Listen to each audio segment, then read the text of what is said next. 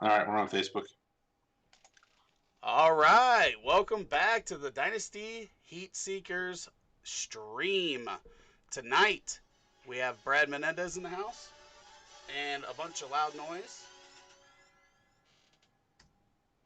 And we have Rob Silvers, a new member of the Roto Heat team. First time. What the Leave heck? it to the This is leave it to smooth. the It negotiators. always goes perfect. Rob Silvers is new to the Roto Heat team and the first time on a stream. Rob, why don't you tell everybody out there watching a little bit about yourself? Sure. I'm up in northern Minnesota, where there's still plenty of snow on the ground, uh, and more snow coming tomorrow, unfortunately, 4+ inches. But so we're not quite into the spring, but I guess it makes staying inside a little bit easier. Let's see. Been playing Dynasty for about 10 years, and excited to that you guys welcome me as part of the team. Awesome, awesome. So I gotta ask, you're up there in Minnesota. We have a lot of Vikings fans on the team. Are you a Vikings fan?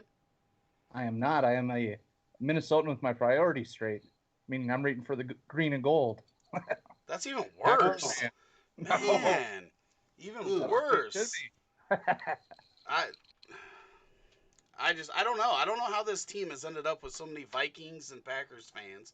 It's disgusting. Brad, you're alone. At least I have Craig, but he's a Jameis Winston fan, so it doesn't really count. Hopefully he's watching. Uh, I'll say I'm the only Lions fan on the team. yeah, you are alone for sure. All right, Somebody everybody. kitties. Oh, go ahead, Rob. What'd you say? I said somebody's got to root for the Motor City Kitties. Yeah, somebody's got to.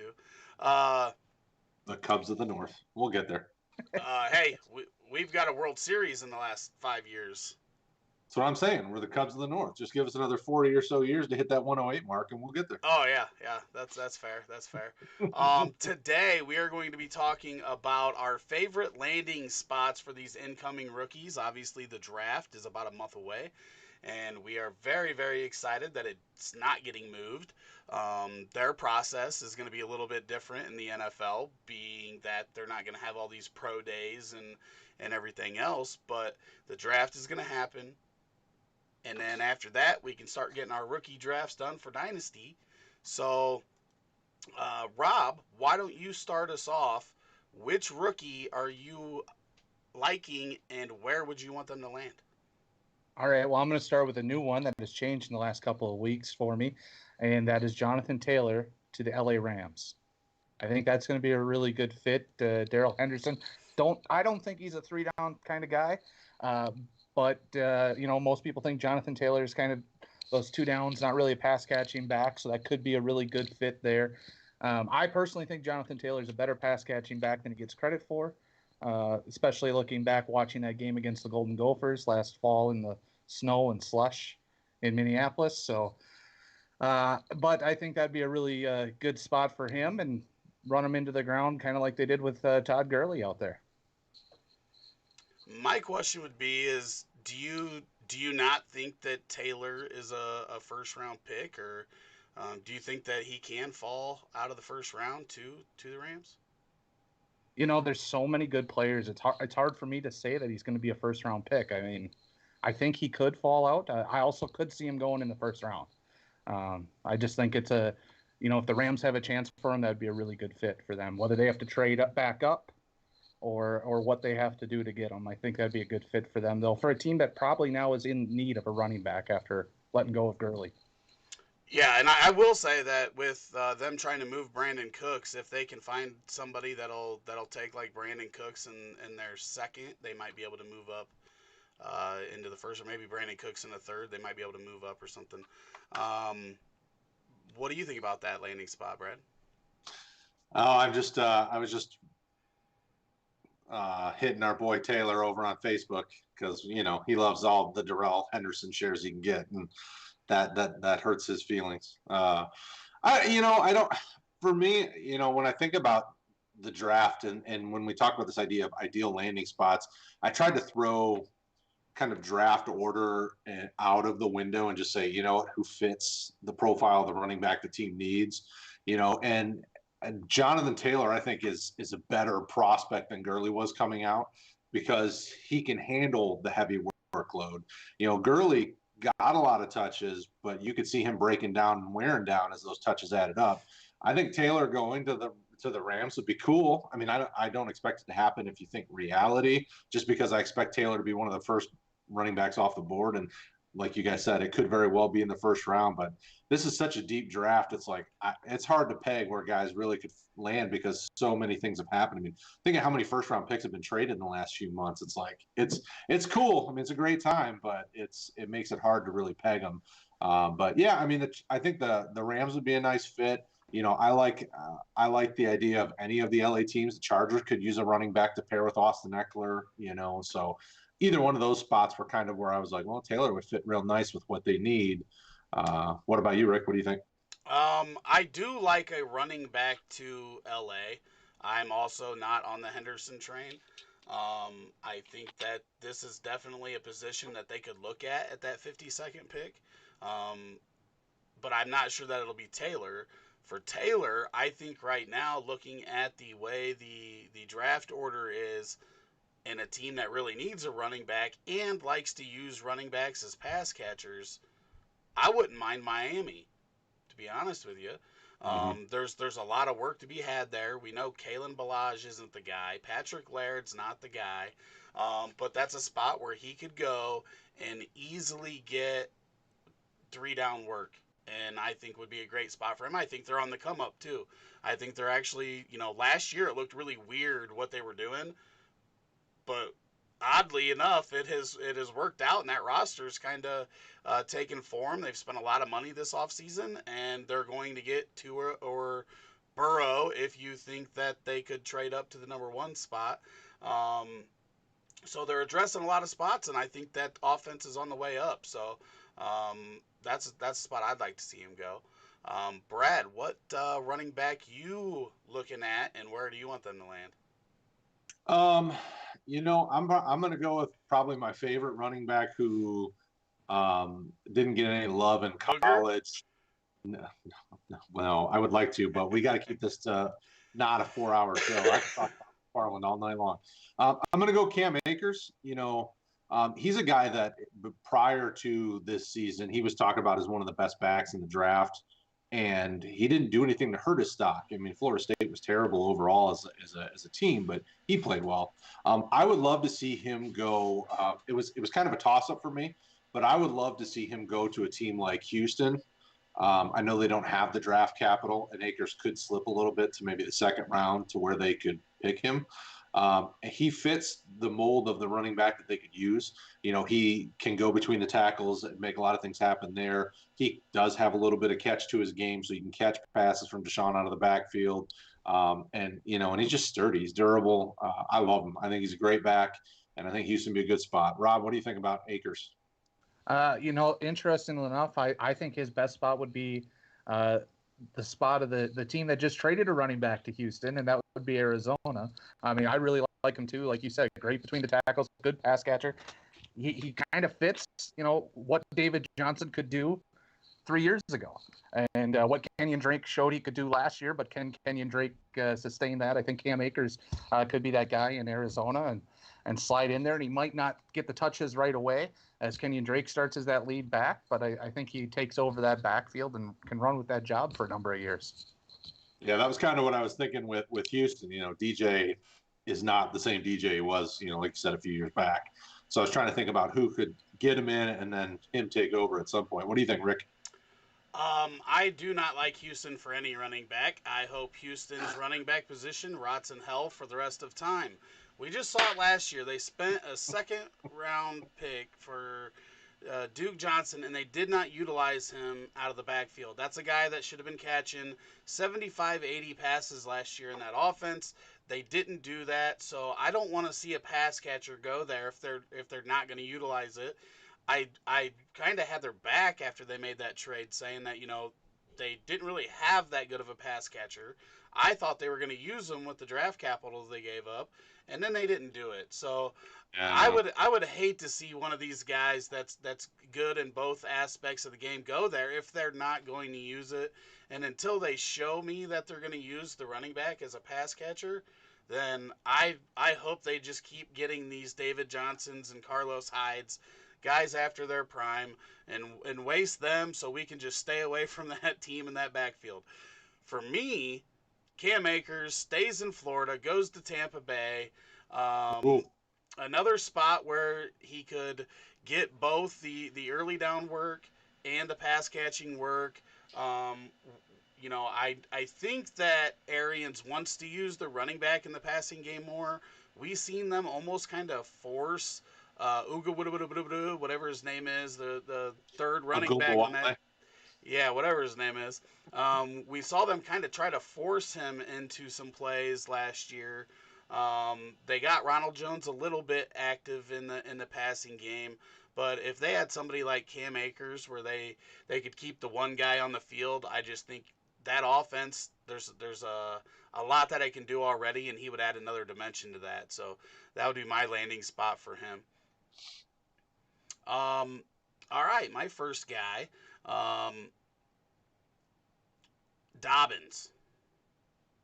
It's we've already talked about the Rams and the Bucks, and there's so few spots that are like a clear path, but there's really, for all these guys, there's really only like 3 or 4 teams that I don't want to see them go to, and that would be Dallas with Zeke, Giants with Barkley, and Panthers with McCaffrey.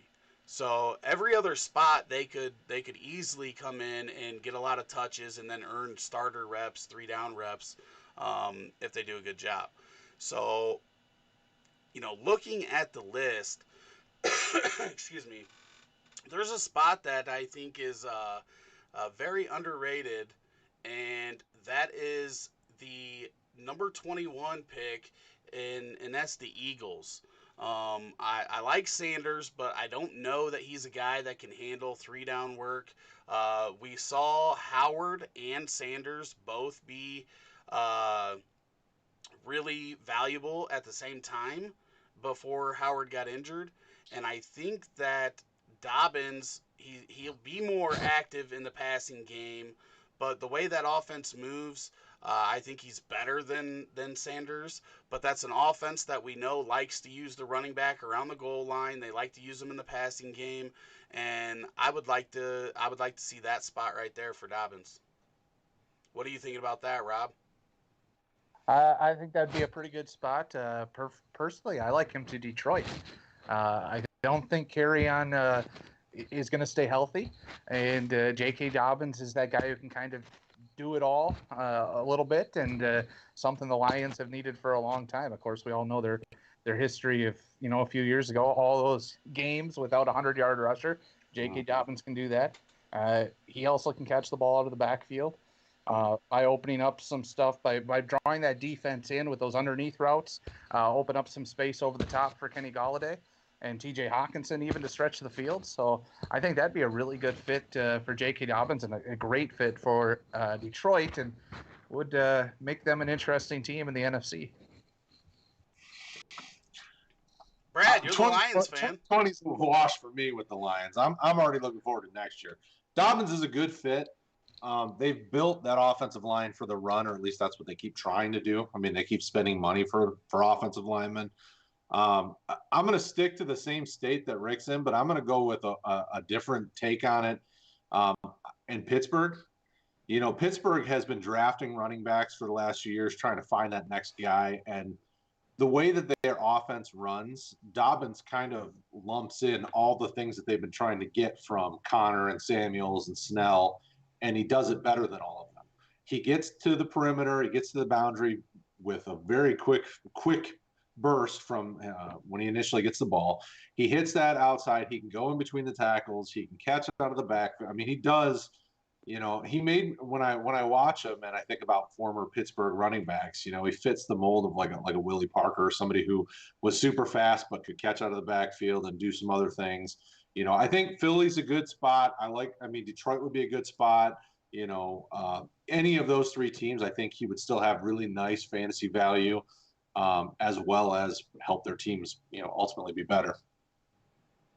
Yeah, I don't mind the Steel. Really, the Steelers.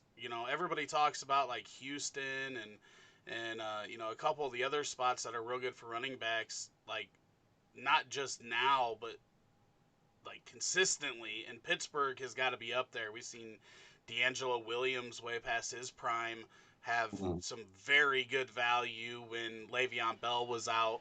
Le'Veon Bell, and then those guys that pieced it all together. If you had one guy doing it all last year when Connor was out, and then Connor the year before, so I definitely think that's always a spot. I just don't know if they're ready to move on from Connor yet. They seem to really like him, and it's more of a health thing with him. I actually like Connor quite a bit, but can the guy stay healthy? Same thing with Carryon. I like Carryon a lot. I think the talent's there, but can he stay on the field? Before we go on into any more running backs, like what teams in the NFL do you think like have a wide open running back room where if they draft somebody, they come in, they're the starter from the get go. Because I don't feel like there's a lot. I feel like right now a lot of teams at least have a guy like Carryon who is going to be involved, or Connor or Sanders or Devin Singletary in Buffalo. But other than like the Buccaneers and who else did we just talk about that? Miami.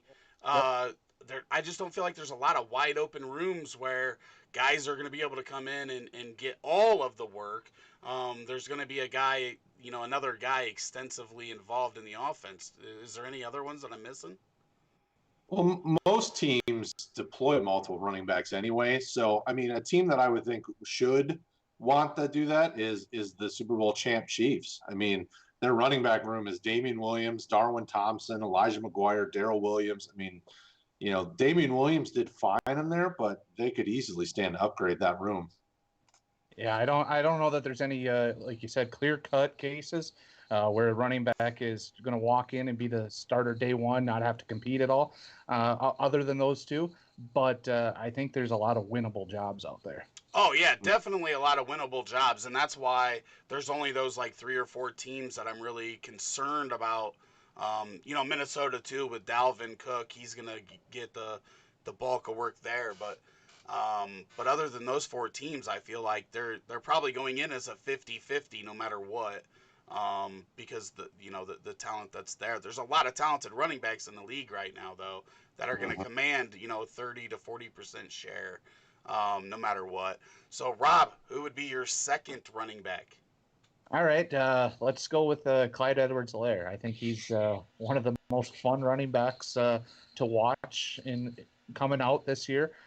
Just what he can do with catching the ball and his quick cuts out of the backfield, it's pretty impressive. And the perfect fit for him, I think, was created through free agency a little bit. It was there in part before because you already had Bruce Arians, but now you added Tom Brady to that Tampa Bay offense, and he loves throwing to the running back. And I think Clyde Edwards-Helaire fills in that James White role very easily. But of course, you've also seen the comps to Ray Rice in that, and I think small. Sure, he might be a little bit small, but I think he can handle the between the tackle load there too, and I think he could really be an exciting rookie in that offense. Brad, what are you thinking? I know you love Clyde Edwards-Helaire. For him, I think that's perfectly fine. Tampa Bay would be a fine comp, or a fine landing spot for him. When you say that name, I kind of think of a team. He reminds me a lot of Devin Singletary coming out last year. Like at first, I kind of loved him. Then I kind of slowed down a little. Then I kind of was like, I don't know if I see him going somewhere. I think I would kind of place him with like a team like the Jets, where they have a solid RB1 in Lev Bell, but they don't have much behind him. And Edwards-Helaire does a lot of what Adam Gase uses the running back for. And I think that having Bell ahead of him, he could develop, and kind of expand his role and maybe kind of start to take some of Bell's carries over time because Bell's getting older. So that was kind of when you said Edwards-Helaire, that was kind of my first thought was put him somewhere where he's behind a solid number one, but he can get some of that workload and help share the love. So what do you think, Rick? I think that he and Josh Jacobs would be an interesting little pair over there in Las Vegas. We know, Jacobs caught like 18 balls last year. They didn't use him catching the ball. They say they want to utilize the running back more in the passing game. And really in this class, Edwards-Helaire is one of the best pass catchers out of the backfield. So I think he also can get some early down work. But I don't know that I would want to give him a full 3-down role. So I think that could be a kind of a little interesting spot there with that 1-2 punch with Jacobs and Helaire in Las Vegas. Any last thoughts on Helaire?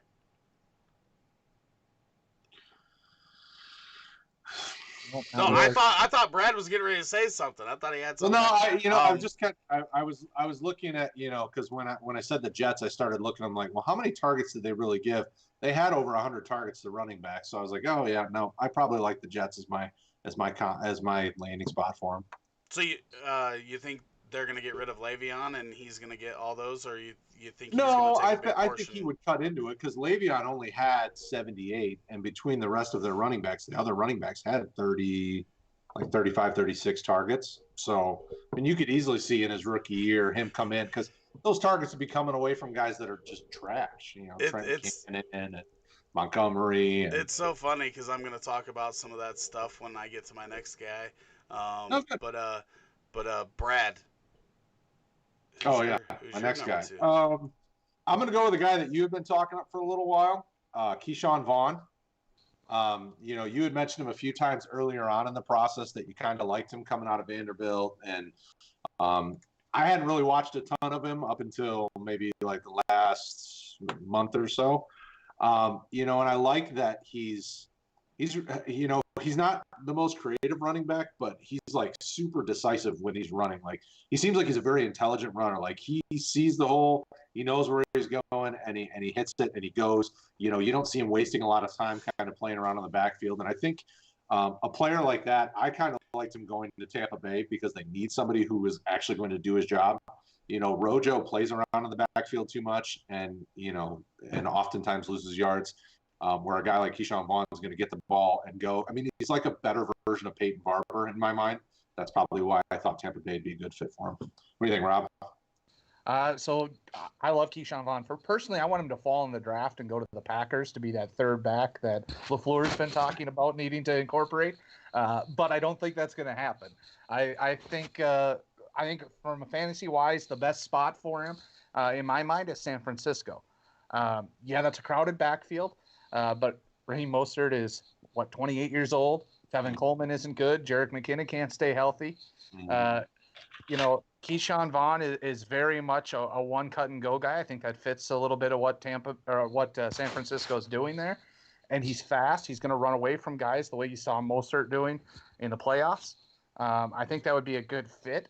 Obviously, it's going to take him a while to get those starter reps probably in that crowded room, but. I think as soon as Mostert goes down, which is inevitable at that age, I think, and not with his track record, he hasn't been around very much. Hasn't gotten a whole lot of starting time at 28, but I think eventually he's going to go away, and Keyshawn Vaughn could step in and really run with that job. What do you think, Rick? Everybody knows I'm a little bit higher on Mostert than the public. A lot of people forget that this was a dude that transitioned from a wide receiver into a running back when he entered the league, and that's part of the reason why it has taken him some time. He had to do a lot of work on special teams, but other than his broken arm, which I was watching when that happened, was just nasty a couple years ago, all he's done is just produce and do really well. But that is a spot where it seems like they're going to go through running backs like crazy. And we know that Shanahan knows how to use those running backs. So it's not a bad spot. It's just getting McKinnon out of the way. Tevin Coleman and Matt Breida were horrible last year. They lost yards on a majority of their carries. They had Breida, 180-yard touchdown was a huge portion of his production. Definitely speed there, but they didn't produce. So I could definitely see them looking to upgrade, their number one or number two, 1A, 1B, however you want to look at it, running back spot. So I don't disagree with that.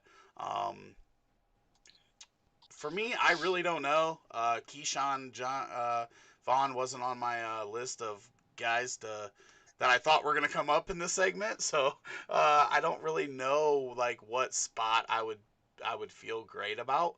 I think there's a lot of spots that opportunity can arise, like talking about the injuries and the inefficiency of that running back group in San Francisco, which is funny that we say that when their running game was so good, but they had such huge volume that's why it looks so good. But just some other teams that Buffalo, which is one that I'm going to talk about in a minute, is a spot where an early down back, I think, to match with Singletary. But that'll lead into my next guy, and that's A.J. Dillon. But I do want to preface to say that we do have to talk about, we were only going to do 6. We do have to talk about DeAndre Swift at some point, so we're going to have to do him after this, just because we know that the public's very, very high on Swift. So we are going to have to talk about him a little bit. But I think A.J. Dillon in Buffalo, the 1-2 combo with him and Singletary could be deadly with that offense and the way that offense is going. I also think that A.J. Dillon's going to be able to catch the ball a little bit more than we think. I think he could hit that 30 to 35 reception point with Singletary getting 60, 65 and having 100 receptions wrapped up in that running back group. But, I mean, this dude he's going to be a pounder. And I think they need that with that offense. They've got that defense, and they need a guy that can wear down the clock at the end of games. So I like A.J. Dillon to Buffalo a lot. Brad, what do you think about that? I had not thought a lot about A.J. Dillon landing spots, but I think Buffalo would be a good fit. The interesting thing is, as we went through the rookie rating and ranking process a couple, over the last few months as a team, A.J. Dillon's one of those guys that I kind of had written off, and then as we reviewed him, I was like, oh, wait a minute, this big fella can move, and then we got to the combine, and he did pretty well. He dominated. Yeah, he did. He dominated the. I'm not gonna say anything that incriminates me like Jonathan. But he has decent speed. He runs a 3.9. But I could see A.J. Dillon being one of those guys that goes to a lot of different teams because nobody's got that kind of big, nimble running back that has a little bit of catch to his game. He's kind of a better version of Derrick Henry. Derrick Henry isn't the best pass catcher, where A.J. Dillon, I think, is a better pass catcher and just as fast and just as nimble. So, I think Buffalo's a good spot, but there's a lot of teams where I go, oh, yeah, I can see him going there. What about you, Rob? I actually agree. I think Buffalo's a good spot for him. As a Devin Singletary guy, I don't like the idea of them drafting a running back, but if it's going to be somebody, I think A.J. Dillon is a good fit there. Just the contrast between those two guys, like you mentioned, I think that's a good thing. A Singletary, pretty good pass catcher. Obviously had what was it? I think the most breakout runs or of any running back last year. So breakaway runs. So of course he gets tracked down because he's slow. A.J. Dillon won't have that problem. But I think that would be a really good 1-2 punch, and also keep Singletary's value much higher than, say, they were to go after a Swift or a Dobbins or something like that, one of the other guys they brought in during the combine. So, where would you like to see Swift land, Rob? I think he is the guy that would be the best fit for Kansas City out of all of these guys. And I think it's a possibility, too, with that pick at the end of the first round. That one definitely is very possible. Good pass catching back. Mahomes throws the ball. No look passes to DeAndre Swift all day. I think that could work. He's also an efficient runner. There's going to be room to run, get into those holes, throw that dead leg out there with everybody chasing after the wide receivers. I think that'd be a really good spot for him. Brad, what do you think? As we evaluated him, I oftentimes thought he was like a Dalvin Cook type guy. So Minnesota seems like the place where if Dalvin Cook's contract becomes an issue and they decide to move on from him at some point, I could see him kind of plug right in there and be Dalvin Cook, but less whiny. I don't know. What do you think, Rick? I don't think he's an early down back. I've said that since the beginning. I think that he gets caught up in the front line too often and goes down too easy there. I know that everybody's raving about his yards after contact, but I feel like he wasn't contacted before getting to the second level on a lot of runs, and then he is strong enough to get away from some of the college safeties and cornerbacks, and then breaks off long runs, and that's where a lot of the yards after contact come from. I didn't watch every one of his games, so the tape that I watched, maybe I missed something, and maybe I need to watch more, but I just felt like he went down way too easy. I think that he can definitely be a great pass-catching back, and then spell some in the running game, and I think that it would be an awesome combo for him to pair with Derrick Henry in Tennessee.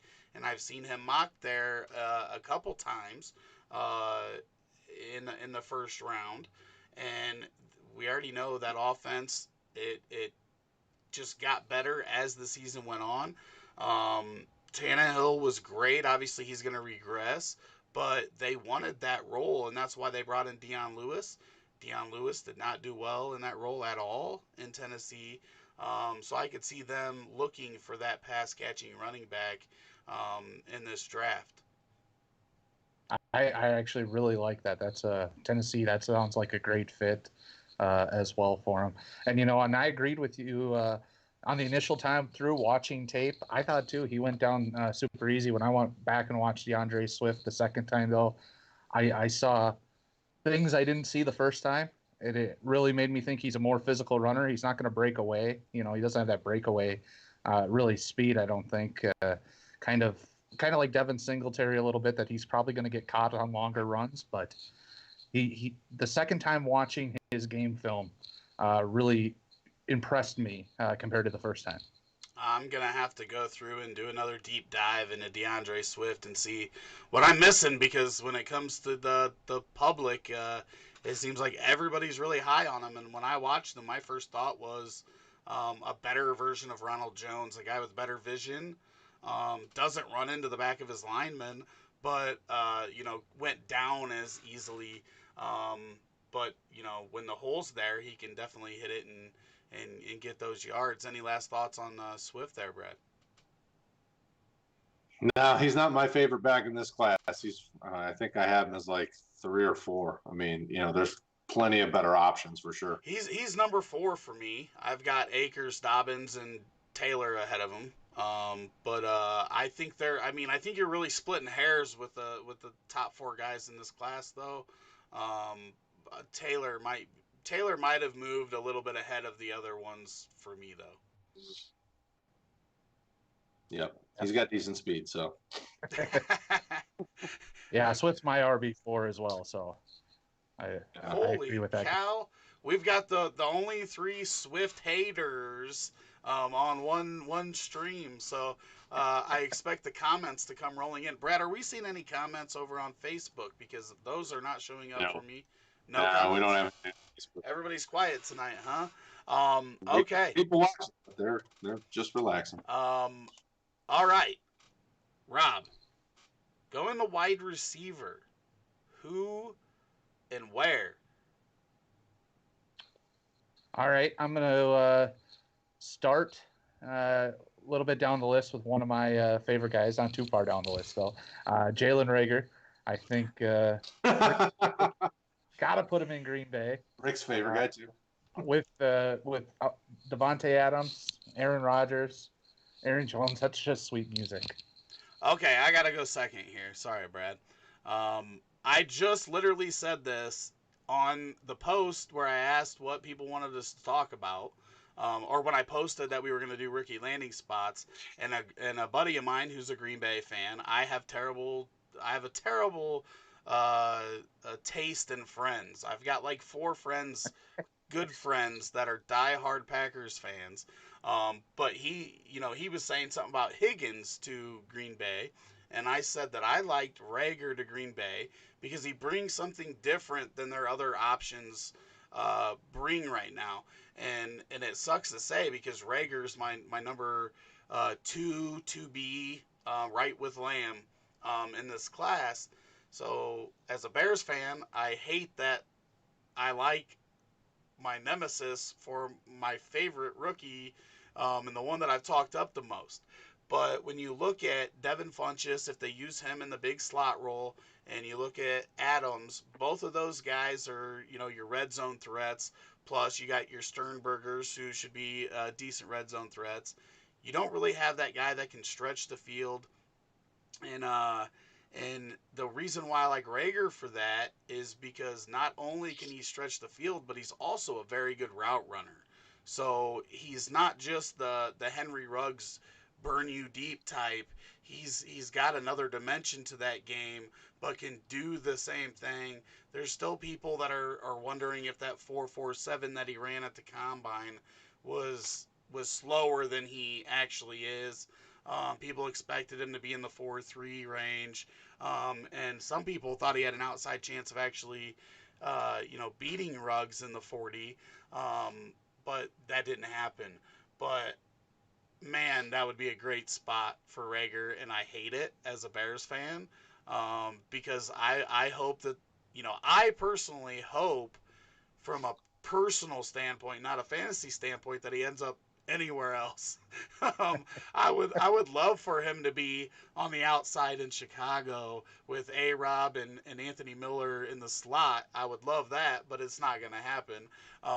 But yeah, I think I agree with Green Bay 100%. That would be a great spot for him to land. And they pick what, 30? Is that what pick they got? 30. Yep. And he could definitely. I wouldn't be surprised if he went ahead of that, but I wouldn't be surprised if he was there at 30 either. Brad, what are your thoughts on Reagor? I don't like Green Bay, so I'm never going to give them anybody. So no, just to go to a different place and kind of flip it a little bit. A team that's been desperately looking for receivers, Philadelphia. I know the Eagles, they keep saying Ruggs is kind of their guy, but at least that's what you hear folks talking about in the interwebs. But I think Reagor, I like Reagor's game a little bit more than Ruggs. I like, one of the things we talked about during our rookie scouting is, I liked his physicality more than Ruggs. Like, Reagor's a tough dude. Yes, he's fast. Yes, he's got maybe questionable, hands at times. There's times where it looked like there were some concentration drops, but I like his game more than Reagor's or Ruggs overall. I think Philly would be a great spot for him because they need wide receiver help desperately. They got rid of Aguilar, and I think he's just as fast as Aguilar and actually can catch the ball on a regular basis. So I don't mind that spot at all either. And from just a selfish standpoint, I would enjoy that more. But for the fantasy upside, I just have to think that the Packers are a good spot. But Brad, which receiver you want to talk about? So I'm going to go Justin Jefferson, wide receiver from LSU. I think he would be perfect filling in for Stephon Diggs in Minnesota. Diggs' big thing in Minnesota was his route running ability, and Justin Jefferson's probably the cleanest route runner in the draft class, arguably, outside of Jerry Jeudy, obviously. He's a big play guy. He's a big guy. I think he comes in and can immediately step into a starting position, and I think he can do it well, especially in that offense. He can do what Diggs did when it comes to those routes and the way that he ran his routes, and he's got the burst and the explosion to make big plays. So give me Minnesota, Rob. What do you think? I like that fit. I think a lot of people have seen him go there in recent mocks since the trade. I'll actually go the pick before Minnesota's first pick to the team you just talked about, Philadelphia. I think Reagor's a good fit there. A guy who's gonna, he's a good route runner. He's gonna get open. That's what Carson Wentz needs more than anything, is somebody to get open right now, because tight ends aren't doing it, and neither is Elshon Jeffrey anymore. So I think that would be a really good fit. And really, I see him going somewhere in that early 20s, early to mid 20s. So, I mean, and a lot of those teams would be good fit, looking for a good wide receiver two type body. Rick? I actually, it's a little bit earlier than that, early 20s, but I'm wondering what Miami's going to do. If they are going to look to improve the slot role. I think they've got their two outside receivers right now, but somebody like Justin Jefferson that could play in the slot and run those really clean routes and stuff like that, I wouldn't mind him in Miami. But I think he's a guy that literally, unless that team, whoever drafts him, has a solidified slot receiver, I think he fits in almost anywhere. So that's definitely a nice little skill to have. And other than like, the Rams with Cup or, I mean, honestly, even some people might think Edelman in New England, but if he was the heir apparent to Edelman in New England, that could be a good spot. So there's just a lot of places that he really fits in well. My first is my favorite receiver in this class, and that's Jerry Jeudy.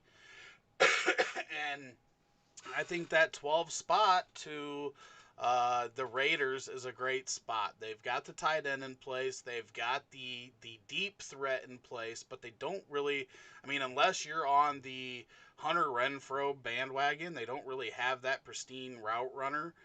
And that's what Jerry Jeudy is, and I think him opposite of Tyrell Williams. I think Tyrell Williams has always been a little bit underrated. I mean, this was a guy that when Keenan Allen was out for a year, put up 1,000 yards and 10 touchdowns with Phillip Rivers there in for the Chargers. But they need that route runner, that guy that can get open on any at any depth, and Jerry Jeudy's that guy, and I think he would fit in that offense. I think they're trying to improve that wide receiver core in this draft, and they've got multiple picks, so they can take a guy early, and I would not mind seeing Jeudy there if they plan on upgrading the quarterback position at some point in the near future also. Yeah, Judy's another guy, kind of like Jefferson. They're similar, those slot kind of guys. I think those guys who are going to run pretty darn good routes. I see him though going to the Jets a pick earlier. I think that would be a good fit for them. They too are a team. They don't have anything in the wide receiver room, right? But where do you got to start? You got to start with a guy that can get open, I think. I also think just back of my head a little bit with the Raiders, that old school kind of Raiders mentality. I don't know if Jerry's got that fight in him to be a Raider. Oh, really? Shots fired, Jerry. If you're watching, Rob said that, not me. Brad, what do you think? Because I've got a counter to Rob's, but I wanna wait. I think, as I look at kind of the mid, I expect him to go somewhere from like pick 11 through like the early 20s, but I would love to see him go to a place like Denver and have him play opposite Cortland Sutton. Both guys are really great route runners. Sutton's got a nice burst to his game where he can kind of be the deep threat, where Jeudy can be either. He can be the outside guy to play opposite him or move into the slot.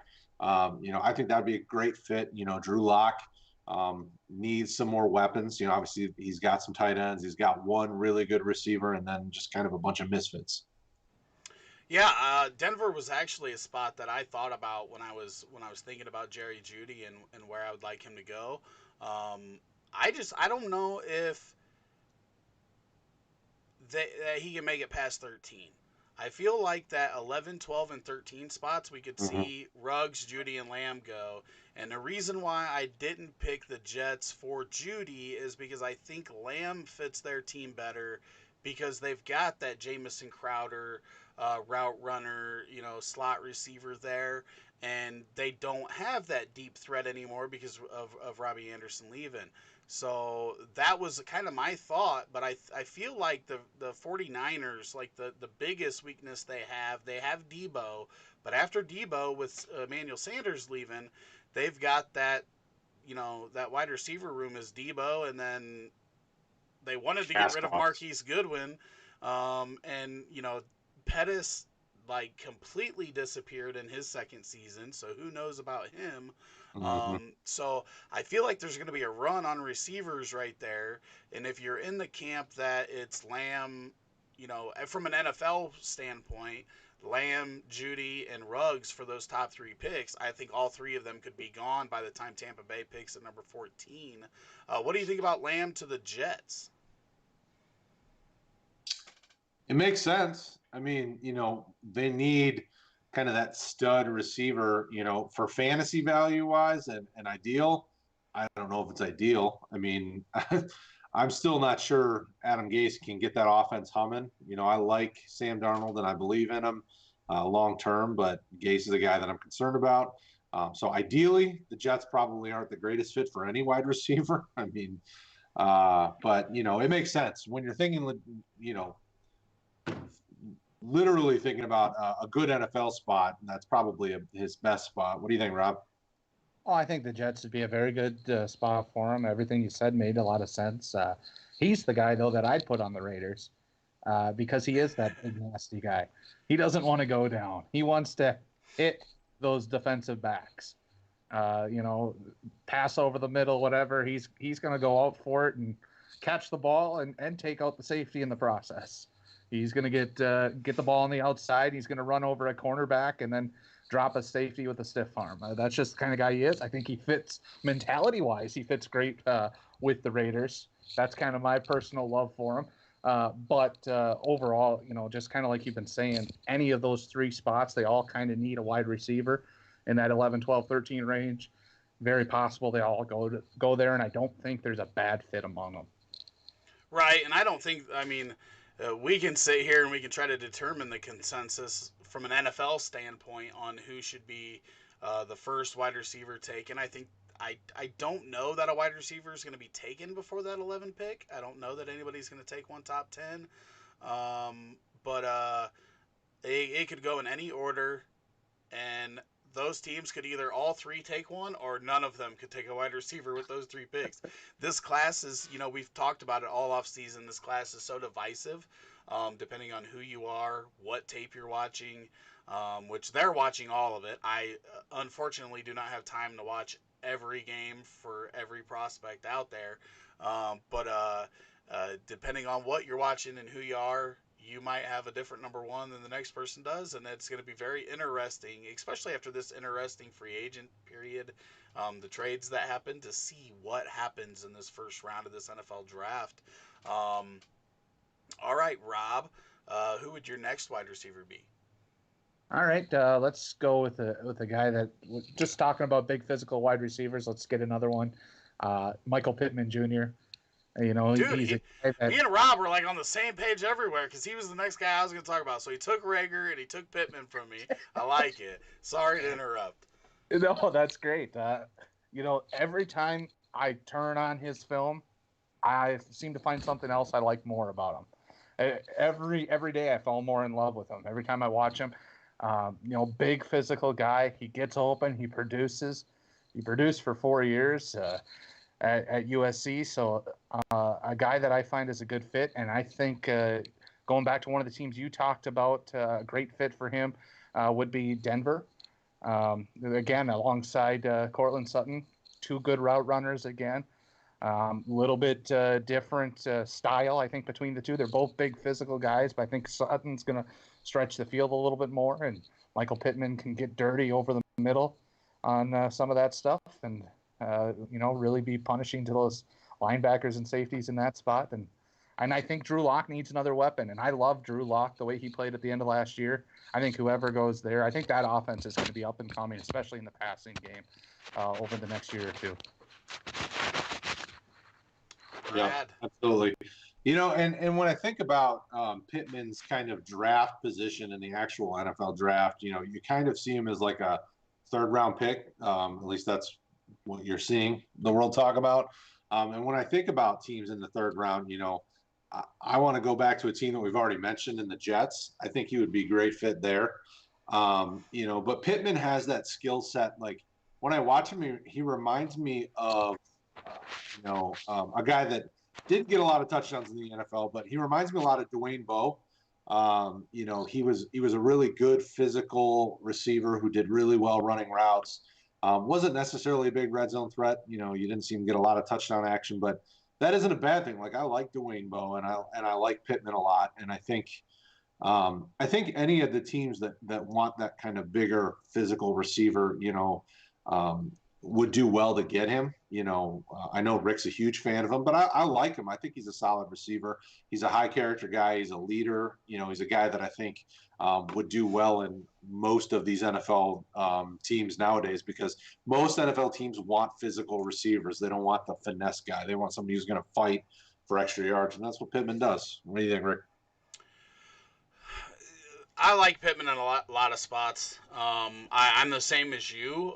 When I first watched him, I was like, I can't believe this guy isn't higher on people's boards. He doesn't do anything so good that I think he's going to be a superstar necessarily, but he does almost everything really well, and that's why I really liked him. And kind of selfishly, I wouldn't be upset if the Bears took him at number 50. I think that with Gabriel gone, they like Wims a lot, but I don't know that Wims is as good as Michael Pittman, and I don't know that Wims is going to be able to be an effective NFL receiver. So I wouldn't mind that. It's probably not going to happen. I do think that he probably is closer to the back end of the second to the front end of the third round. But Houston is a spot with DeAndre Hopkins gone. They've got a bunch of speed guys, and they don't really have that big-bodied guy that I would be comfortable with. So the problem is Michael Pittman ready to come in day one and perform, or is he going to be a guy that is going to take a little bit of time to get acclimated to the NFL before he really produces? So that would be the only question there. But long term, you still got, if they can keep Deshaun Watson, I think that would be a great spot, because we've seen what, not that he's DeAndre Hopkins, but we've seen what Watson can do with a big receiver. So I kind of like that spot there at the end of the second round. Brad. I'm going to go with a guy that actually people have been pretty down on. I mean, a guy that was originally considered one of the better receivers in the class and has kind of fallen in, Laviska Shenault. I think he would be a great fit with a team like Houston, who needs wide receiver help, and a guy that's going to fall far enough that they actually can draft him. He reminds me a lot of like a Sammy Watkins type guy, where he can take the top off the defense because he's got a really nice acceleration, but he also, as long as he's healthy, can be a physical receiver as well and catches the ball really nicely away from his body, which is what Deshaun Watson needs as a receiver to be able to catch anything they throw his way. So that's kind of my thought on it. What do you think, Rob, on a guy like Shenault? Well, I'll tell you, Shenault, I am not a fan of. He's low on my board, probably like a mid-second round pick. His injuries to me, they've added up, and I just don't see it. I see him running away from weaker talent in the Pac-12 a little bit when he's healthy, but I don't know if he can do that against the best guys. That said, I think his style is kind of a little bit of what Debo was doing last year, some carries out of the backfield, that kind of stuff. And if there's a team that needs playmakers, somebody able to do that, I think it's Miami. And so I think a guy for the Dolphins. He could maybe fill in that slot role, like Rick alluded to earlier with, I believe it was Reagor, and you know, give them options. Whether they get a running back or whatnot, they'll have options to run the ball with him, do the jet sweeps, have him in the slot position, and hopefully maybe he turns out to be a better player than what I've seen thus far. I like Cincinnati at 33 for Shenault. This is a guy that was, most people had in the top half of the first round. Cincinnati's going to continue to try to upgrade that offense with Burrow coming in. They've got the slot role kind of, shored up with Tyler Boyd. But after that, like, everything's a question mark with this Cincinnati receiving core. AJ Green's old. AJ Green's coming off of an injury that was supposed to return from before the season, and then week 3, and then never came back. Ross, always injured. Auden Tate, big target but slow. They need a playmaker. I feel like Shenault he's a running back after he catches the ball.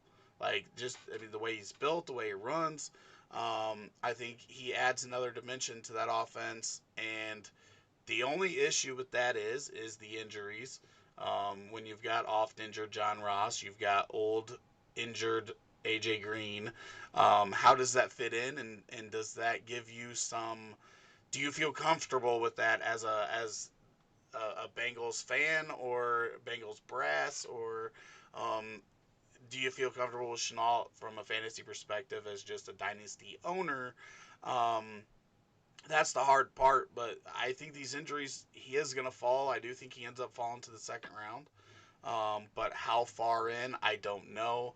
I kind of wish I was a doctor or could talk to the doctors that are treating him and get a better insight on it. But I personally don't let the injuries from college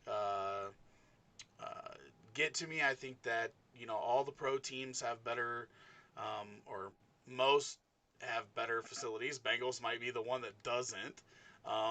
But that, especially Colorado, if we're talking the LSUs, the Alabamas, Clemson's, Ohio States, they've probably got pretty good medical staffs and everything.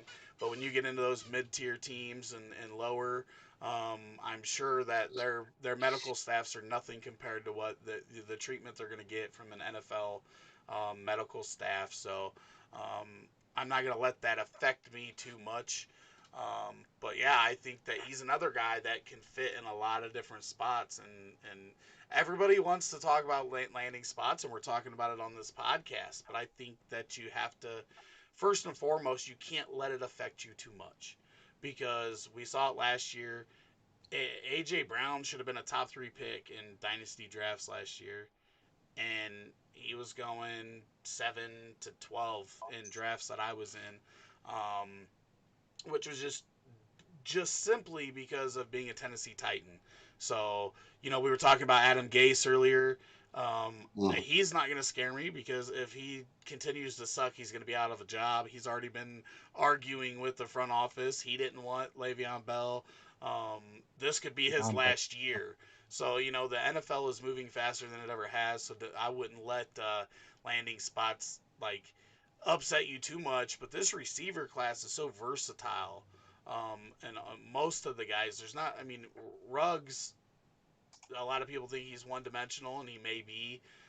But when you look at the rest of the guys, most of them can do multiple things and fit in just about any offense. So I wouldn't let a perceived bad landing spot hurt my rankings very much personally. Let's see, who do we want to talk about next? Higgins. Somebody brought him up in the chat. And he's grown on me, but I think that he needs a spot where they don't really have a big red zone target at the receiver position. And I think Indianapolis would be a great spot for him. They've got T.Y., they've got Paris Campbell, but they don't have that big receiver since Funchess left. That could be real helpful in the red zone. So I think the Colts would be a good spot for T Higgins. What do you think about that, Rob? Oh, I like T. Higgins personally. I think that would be a great landing spot for him. I'll throw out another that I think is kind of interesting. A team that doesn't seem like it needs a lot of playmakers, but the one area they're weak is at wide receiver, and that's Baltimore. You got Hollywood, who if he can stay healthy, is going to blow the top off. People think T. Higgins isn't all that fast, so a good guy who can get those kind of jump balls that Lamar throws up. But we all know Lamar is improving as a passer, but he's not the most accurate guy. T. Higgins has a huge catch radius. That's going to help out there as well. I think that would be a good, interesting fit and be a spot where he becomes that red zone guy. Brad? This is a tough one. I mean, I like Higgins a lot. Like, he's got great ball skills, but he just doesn't have a very developed route tree. And so it's hard to say, okay, could he just go in and be the big slot guy until he develops? Because he'll develop. I mean, learning how to run routes is something you can gain. It's just going to take time. So when I think about where can he go, like I would think maybe if Ron Rivera wasn't the coach, I'd have said Washington. But Ron Rivera likes a little bit smaller, speedier receivers, where Higgins is just a big dude. So I don't know, man. I guess I'll go with Indy because that makes sense, and they need a big receiver. They tried that with Funchess last year, and obviously got hurt, so that didn't work. So that probably logically makes the most sense in my mind. But I love Higgins is one of my favorite receivers in the class. If he was a little bit more developed, he could, route tree wise, he could probably fight for, top 3 or 4, honestly. Who have we not talked about at the receiver position? Well, we've mentioned Ruggs multiple times, but we haven't talked about landing spots for him. So, we're talking potentially the John Ross of the group, depending on who you're talking to. There's a lot of people that don't really like Ruggs as a receiver, but he is a guy that could Will Fuller you or John Ross you and beat you deep. Where would you like to see him go, Brad? Yeah. If he's more like Tyreek Hill, that'd be nice. The two names you mentioned terrify me. Ruggs, I mean, obviously everybody's been kind of pegging him to Philly, which makes sense. They tried the Deshaun Jackson experience, but that really hasn't worked. It's hard for me because there's so many receivers I could say, oh, well, Philly could take a chance on these guys. So I'll go with Philly, even though I've already slotted them another receiver even earlier, but he fits kind of the profile of what they've been looking for. But he's all speed, the fact that he just doesn't have the biggest wingspan and, an overall catch radius could be a bit concerning to me, but his speed is undeniable. What about you, Rob? Well, I think he's going to kind of go in that teens area like we were talking about earlier, and that takes him out of a lot of teams. One, for me, one that I would like to see him, I think, go to where he could be a good pairing, but they're going to have to trade way up. That would be Tennessee. I think paired outside with A.J. Brown, that could be a good matchup. But kind of looking around at that mid-range, that first round, where he's going to go. I've seen a lot of him to Denver, but I kind of slotted Michael Pittman there. I think San Francisco, like Rick said earlier, would be a really good spot for him. Another interesting one to me would be Indianapolis, like you guys talked about, kind of as the replacement for Ty. I do think Ruggs doesn't get enough credit for the route tree he runs. I think he's got a better route tree than people expect, better cutter than people expect. He's not quite Tyreek Hill with the fast feet. He's a long strider, but he's going to fit in somewhere. He's probably never going to be I don't think he's going to be one of your top 5 fantasy wide receivers, but a solid low-end wide receiver 1, mid to high wide receiver 2 kind of guy. Oh, that's high praise. I'm not. I don't know. I'm gonna have to see more. I think that it depends on how the Raiders are thinking these days, but they used to be the team that just, oh, you're fast, we're gonna take you. Fast. That's all we need to see. Darius Hayward-Bay, thank you. And I mean, how many bad draft picks have the Raiders had just because that pick had one Like Jamarcus Russell, just really strong arm. We're gonna take you. Darius Hayward-Bay, you're really fast. We're gonna take you. But I think Ruggs is better than that.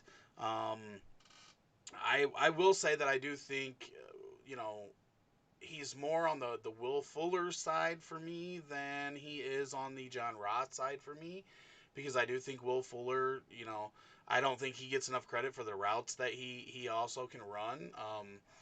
And it's just those guys are just always injured. So Ruggs, I have a feeling, and I don't know why, but I have a feeling the Raiders aren't going to pass him at 12 if he's there. Hopefully Gruden is thinking differently than the brass of old, and they do go with Jeudy there. But the 49ers, I don't know if he gets past there. I know that there's a lot of rumors that, he is a top 3 receiver from a NFL perspective. And, they tried the Marquise Goodwin, didn't work for whatever reason. And that kind of scares me because it's another fast guy. And if they can't utilize the deep ball, is that going to hurt Ruggs? But I haven't been the biggest fan. I'm not going to be targeting him in my draft, so I'm going to be looking at for what it's going to cost to get him. I would rather have the Judys, the Lambs, the Reagors, the Higgins. I would rather have probably Justin Jefferson and Shenault. I would probably all rather have than Ruggs from a fantasy perspective. Probably even the other guy that we need to talk about, Denzel Mims. Denzel Mims. This is a guy I honestly can't wrap my head around, because you watch the tape and it looks great, but then there's times where I'm just like, I don't know. Like, I'm so undecided on him, and I don't know if it's because I'm trying not to get caught up in the combine hype, because this was a guy that, while he was on the radar, he wasn't like, there was people that are like, oh, this dude's now a first-round rookie pick. I don't know that I would go that far. But he's a guy, any of those teams that we talked about that needs a red zone threat, I think he fits in with those teams nicely. But I didn't even think about him before we went into here. I guess if I went through this list while you guys are talking, I'll let you go, Brad, since you brought him up. When I see him play, he reminds me a lot of a guy that he reminds me of Kenny Golladay. So I think Detroit would be a good fit for him if he could last till like the back end of the second, early third round. Kind of big, physical, not super. He's not, he's not going to blow you away with his deep speed or even some of that ability to get away from guys. But, he's very much like just kind of a big physical, got a pretty decent catch radius, decent route running, not great route running. Some people would say that's probably one of his worst traits. It's not. I don't think it's terrible. So I think Detroit would be a good spot for him, because Detroit's a team that after this year, I think only has one receiver under contract. And I don't think it's any of their top receivers, if I remember correctly. Rob, what do you make on Mims? Mims is a guy I like a lot, watching his tape. Like Rick said, that sometimes it feels like there's something a little bit off. I'm not sure if he takes plays off sometimes when he doesn't think he's getting the ball or what. There's lots of great moments, but there's just something that seems to be missing a little bit. I do think the hype's a little bit out of control if people are talking about him in the first round, although I do like him a lot. And I'm going to pick a team we haven't really talked about as kind of a good landing spot for him, and it's a team that actually just picked up a wide receiver, and that would be Buffalo. You got John Brown quick, you got Stephon Diggs quick. Diggs is a great route runner. What does Buffalo not have?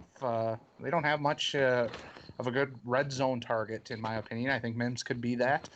And it also keeps Jared Allen from hopefully running the ball in, or Josh Allen from running the ball in, 14 times and getting hurt. And, I think that'd be an interesting fit where he doesn't have to come in and be the guy to get you all the way down the field.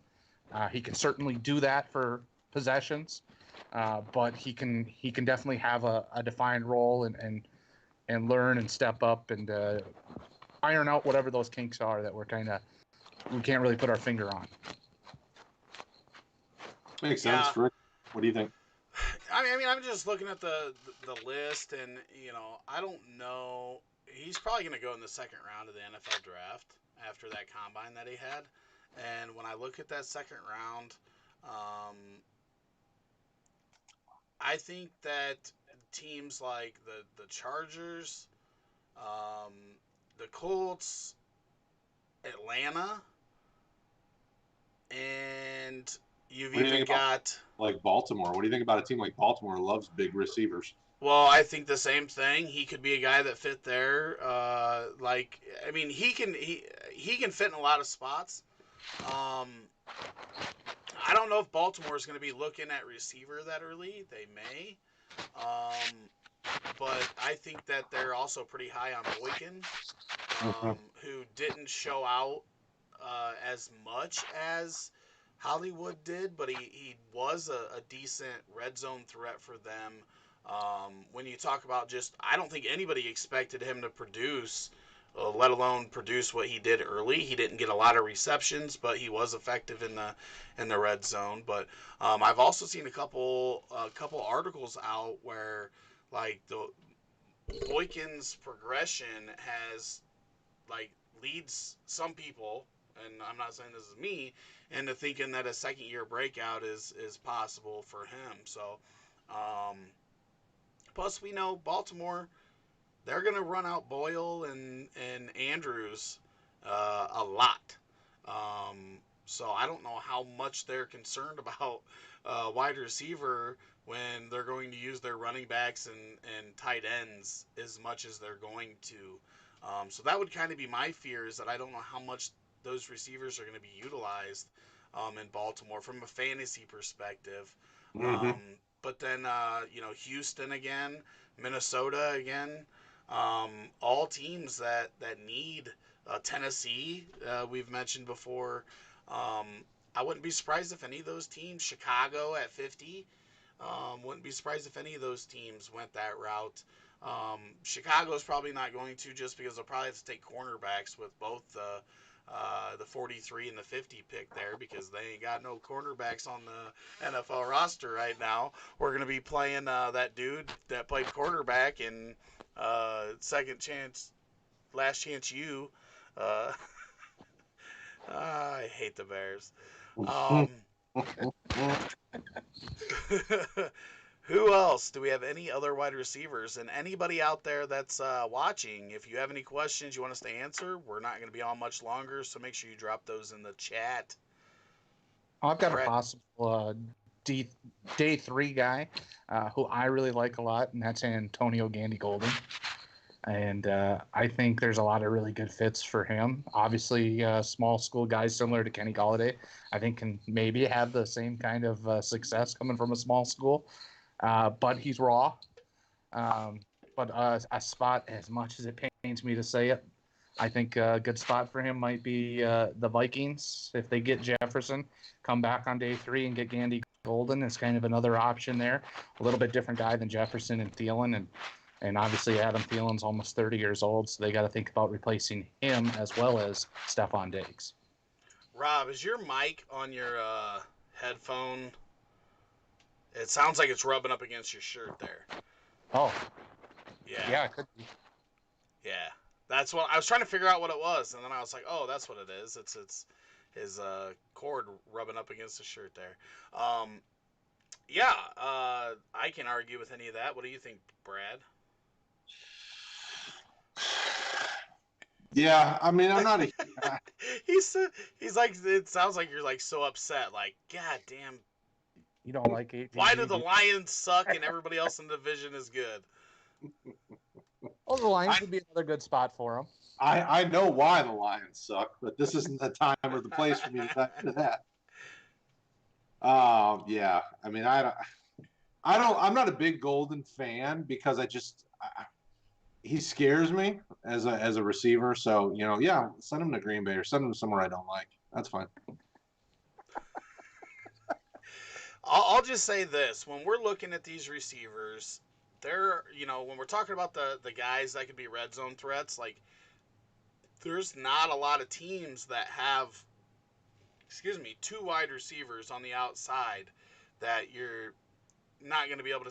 With as much as NFL's throwing, most of these teams, if they take an outside receiver, it's because they need an outside receiver, and there's not very many teams that have guys on both sides that I would be concerned with any of these guys going there not being able to work themselves into a rotation, at least long term. Somebody like Golden could take a year or two to work into that offense, but even when you look at like Atlanta, Russell Gage last year was having some fantasy relevance opposite of Julio Jones. Uh, it's just there's so many spots open for as much as the NFL's passing now. If your guy in that range gets picked by a team that's got a stud on the other side, don't worry too much because there's plenty to go around in today's NFL. I mean, there's a quarterback out there right now that doesn't have a job that threw for 5,000 yards last year. They're slinging it around. There's a lot of yards to go around. There's a lot of receptions to go around. Don't let these landing spots knock you off of your favorite talents because talent wins out more often than not. Obviously, there are some spots where it does suck because it's going to take longer for them because of the guys they've got in front of them. But this is the NFL. They're one injury away from getting that opportunity and seizing it. Remember, nobody liked Alvin Kamara when Alvin Kamara was in the same backfield as Mark Ingram and Adrian Peterson. Neither of those guys are there anymore. Alvin Kamara's the man, and he's a top 12 pick in startup drafts. A.J. Brown last year in the rookie draft, nobody liked it because Tennessee was awful. Marcus Mariota's awful. When you have an awful quarterback, yeah, they used to get a big leash. It's not that way anymore. Josh Rosen, one and done in Arizona after being taken in the top 15. Then he gets traded to Miami. 4 or 5 games into the season? No job for Josh Rosen. Don't worry about this stuff. The NFL's moving faster than it ever has. They are not giving that long leash to even guys with the high draft capital. Rashad Penny, for example. He's getting out-touched by Chris Carson. And he has been since he was taken in the first round. The leash isn't as long. Don't get knocked off your guys because you don't love the spot initially. If other people do, that's a great opportunity to grab them at a discounted price and then throw them on your taxi squad and be patient with them, okay? Yes, we're seeing more wide receivers, more tight ends, more running backs have always kind of hit the NFL and hit it running and had value from the get-go. But these receiving positions have normally taken 2 to 3 years for them to work out. Don't sell them too soon just because you didn't like what they did in the rookie year. I'm seeing people getting Harry for a second-round pick. I wasn't big on Harry, but a lot of people had him as the 101, 102 with him and Josh Jacobs. And after a year, an injury-filled rookie year, people are already selling for second-round picks. That's crazy. Don't do that. But Brad, over on Facebook, do we have any questions? No, we just got Paul trying to bet you. What does he want to bet? He said $20 says Dylan doesn't go before pick day 3. So basically, AJ Dillon's a day 3 draft pick. Did I say anything about him not being a day 3 draft pick?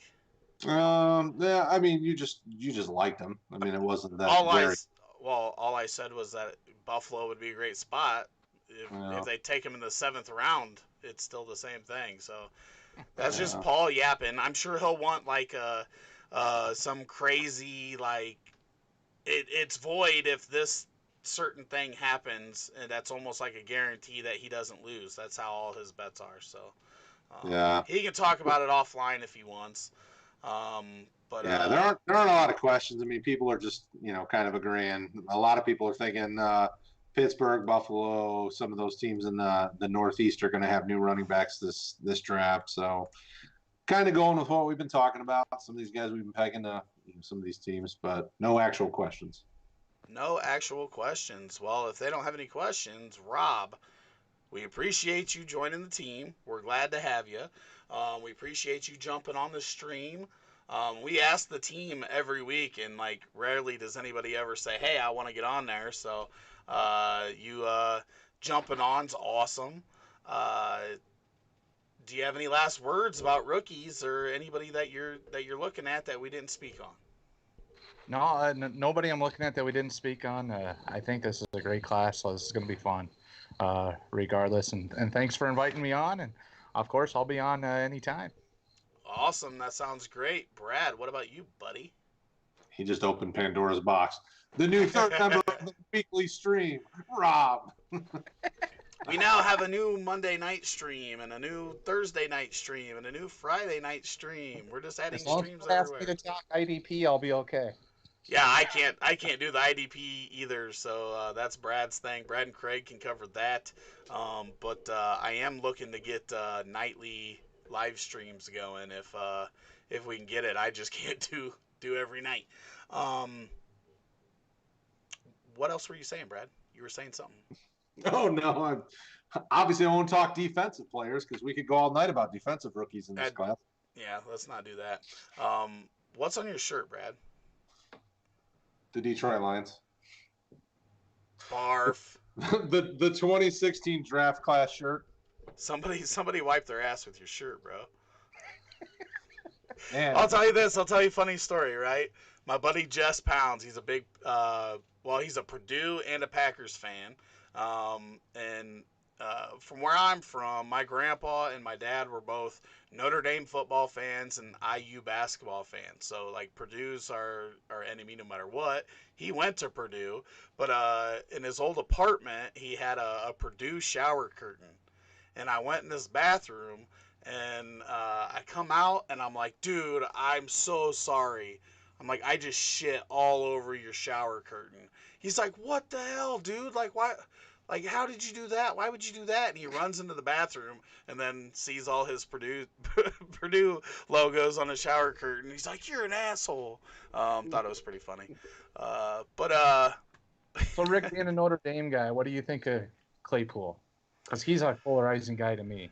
Dude, I'm not going to say I was high on him. I was higher than the public on him before the combine. But I was real worried, and I told Brad this like a number of times. I said, I'm just afraid that it's my Notre Dame bias because I really liked him. I thought that he showed a lot, but that offense didn't really highlight him in a way that would really show for the draft and for, a prospect. Yeah, I mean, I always had him as more of a third round pick in rookie drafts. I think that he's a guy that could have impressed somebody. I watch Pat McAfee a lot, Pat McAfee show, and like he always says, he's like, you only need one GM to like you to go way higher than people think you're gonna go. And it's when you drop, that's when like you really got to worry because that means 32 GMs did not like you. But all we need is one bad, Bill O'Brien to decide that somebody that's a fourth or fifth round pick to go in the second round. And I do think that he is polarizing, but if he impressed one GM enough, he could be a guy that you could see slide into that second round. I don't know. I wouldn't have him there probably, just because of the lack of production in college. But I do think he's a guy that can make a name for himself in the NFL. But I wouldn't expect him to be more than a wide receiver 3. For fantasy purposes, I don't think he's going to be a superstar, but I just thought he was undervalued. Most people didn't even have him in their top 50 rookies before the combine. So I do think that he's now more close to where I always had his value. I didn't move him up a whole lot. I moved him up a little bit just because I was being a little more careful that I wasn't letting my bias affect my decision making. But he showed what I thought at the combine, um, and made me feel a little bit better about where I was with him.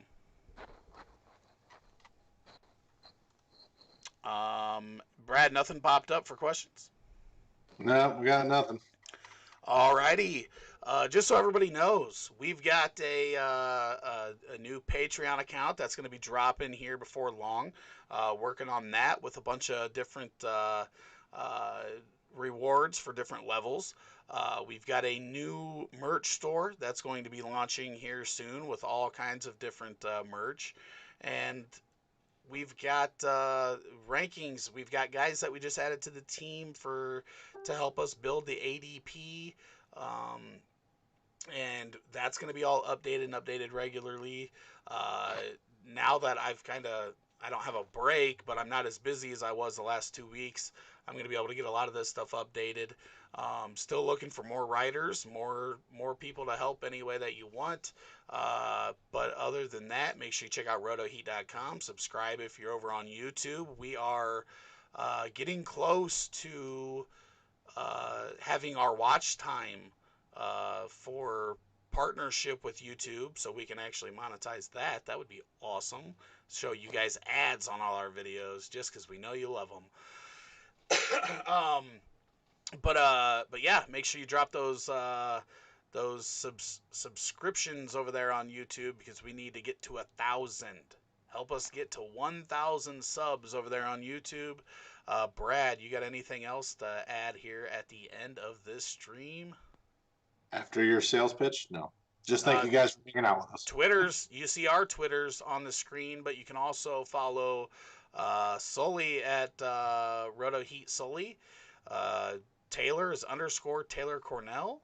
RotoHeat Pons, RotoHeat Sean. RotoHeat Fantasy is our main Twitter. Thank you all. And Brad, are you doing Thursday night again for IDP, or are you going to do Monday nights for IDP? Well, it was Monday this week, so we'll probably just stick to Mondays for now, seeing as we'll probably stick to Mondays for now. So if there's guys out there that want to jump on the stream for IDP, let me know. Craig and I will keep doing it, but would love to have other folks join me. Yeah, Monday nights 9:30 IDP Heat Seeker live stream for you defensive freaks. And then, like I said, we've got new podcasts coming out. Taylor Cornell, he ditched us. He apparently didn't like the way we did things, so he said, I'm going to do my own. So whatever he's doing, he hasn't even told me the name of it yet, so it'd be nice to know so I could promote it. He said the first episode's coming out this week. Good job, Taylor. Henderson is going to be a big topic on the first one, I bet. I think that's why he quit, because I talk so much shit about Darrell Henderson. And he's like, I don't want to be on podcast with him. I want to talk Darrell Henderson by myself. Yeah, Rob, again, we appreciate having you on. We'll do a bunch more stuff, and we're excited to get you ready. Are you going to be writing articles? Like, what is your primary? I don't even remember. I have it in email. What do you really want to do? What is it that you do here? I've got a good background, so I work in news right now. I do a lot of writing, so I'm kind of used to that. But I have a film background and stuff, and so helping with Brad with film stuff, that kind of thing could be a possibility. Broadcaster, doing a lot of broadcasting, so obviously this kind of thing is fun for me. So, I'm kind of a jack of all trades. Plug me in where you need me. I'll keep the damn. And that's what I thought. I just wanted to make sure that we focus you on what you want to do the most. And because that's our biggest problem, is that me and Brad we're spread so thin from all the different things that we're doing that stuff doesn't get the attention. We will be honest, we throw this stream together like last minute almost every week. We're just like, what do you want us to talk about? We'll talk about it and juggle it and do all that. So again, I appreciate everybody that tuned in. We will be back for this live stream next Tuesday, 9 p.m. But check out the IDP show on Monday at 9:30 p.m. Eastern Time.